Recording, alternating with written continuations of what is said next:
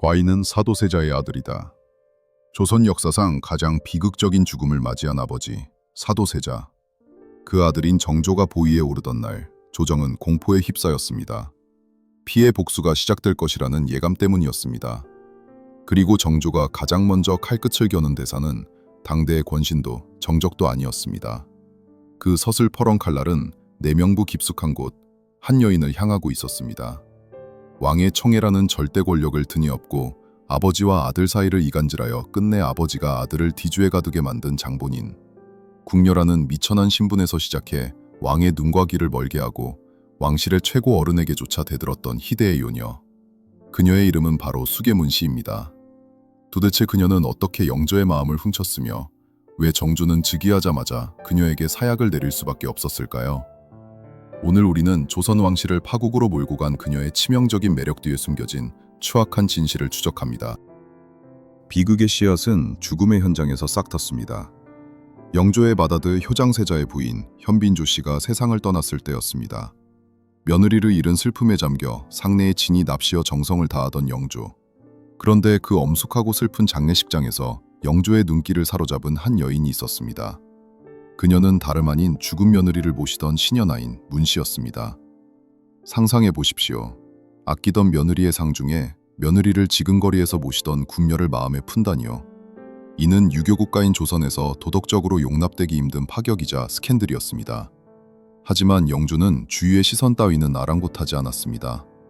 한번 총애하기 시작하면 물불을 가리지 않고 특혜를 주었던 영조는 문씨에게 스문을 내리고 현빈조 씨가 지내던 창경궁 건극당 아래 고서원이라는 정가까지 하사했습니다. 이 파격적인 행보에 조정은 발칵 뒤집혔습니다. 영조가 문씨를 정사푼 소원으로 책봉하려 하자 승지 윤광이가 어명을 받들지 않고 거부하는 사태까지 벌어졌습니다. 그뿐만이 아니었습니다. 궐 밖에서는 문씨의 어미가 중이 되었다가 환속했다. 문씨 남매가 아들을 낳지 못하면 다른 자식이라도 들여서 아들을 낳았다고 속이려 한다는 괴이한 흉문까지 나돌았습니다. 하지만 이러한 논란과 반대는 오히려 영조의 오기를 자극했을 뿐입니다. 문씨는 영조의 비호 아래 내명부의 실세로 자리잡기 시작합니다. 그리고 그녀의 등장은 당시 예민한 감수성을 지닌 10대 후반의 사도세자에게는 감당하기 힘든 재앙의 서막이었습니다. 궁궐 깊숙한 곳, 보이지 않는 감시의 눈길이 세자를 옥죄기 시작했습니다. 한중록에 따르면 문씨의 오빠인 문성국은 세자의 저소인 동궁전 별감들과 내통하고 있었습니다.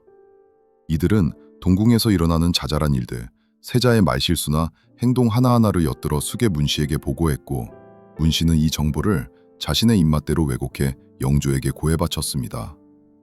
전하, 세자 저하께서 또 공부를 게을리하시고 기행을 일삼는다 하옵니다. 문씨의 혀는 영조의 의심에 기름을 부었습니다. 영조는 가뜩이나 세자를 못마땅해 하던 차에 문씨의 이간질을 날마다 들으니 부자 사이는 돌이킬 수 없을 만큼 벌어졌습니다. 갈등은 결국 끔찍한 사건으로 폭발합니다. 창경궁 낙선당에 원인 모를 화재가 발생한 것입니다.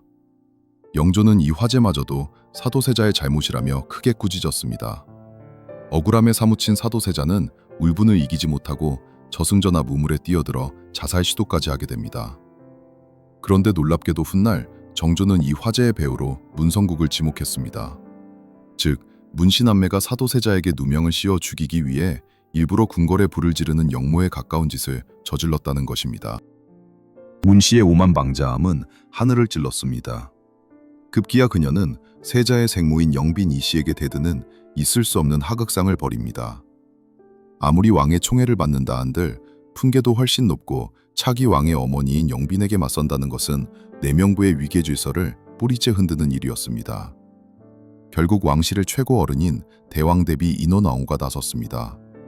인원왕후는 사도세자가 보는 앞에서 문씨에게 회초리를 들었습니다.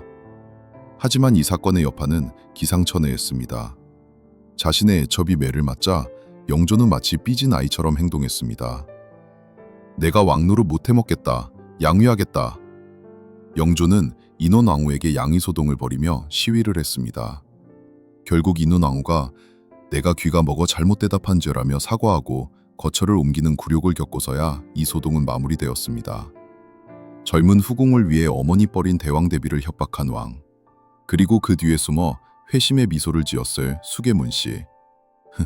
그녀는 이제 누구도 건드릴 수 없는 성역이 되어버렸습니다. 그러나 화무시비롱이라 했습니다.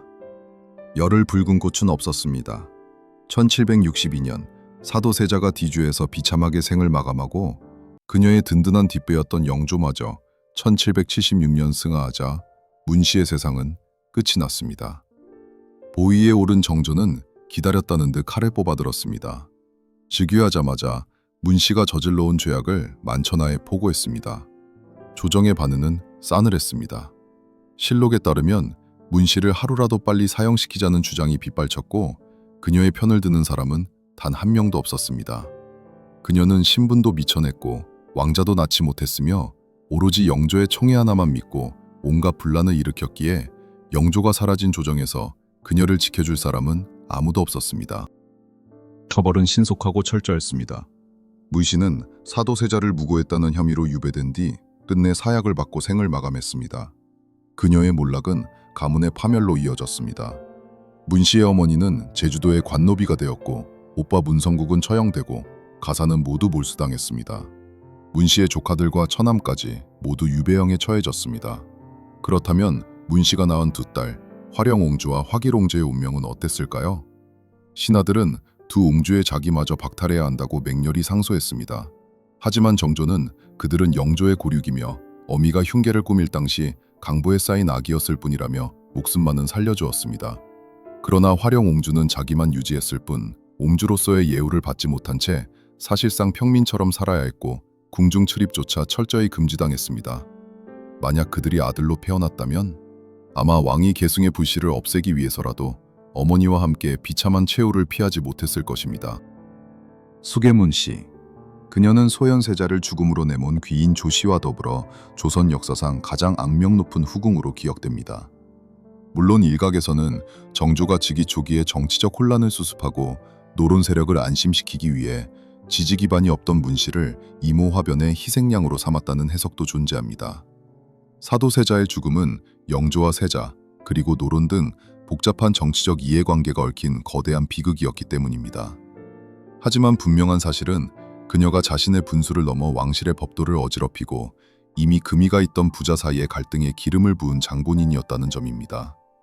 왕의 총애라는 달콤한 권력에 취해 아나무인으로 행동하며 타인의 고통을 외면했던 그녀.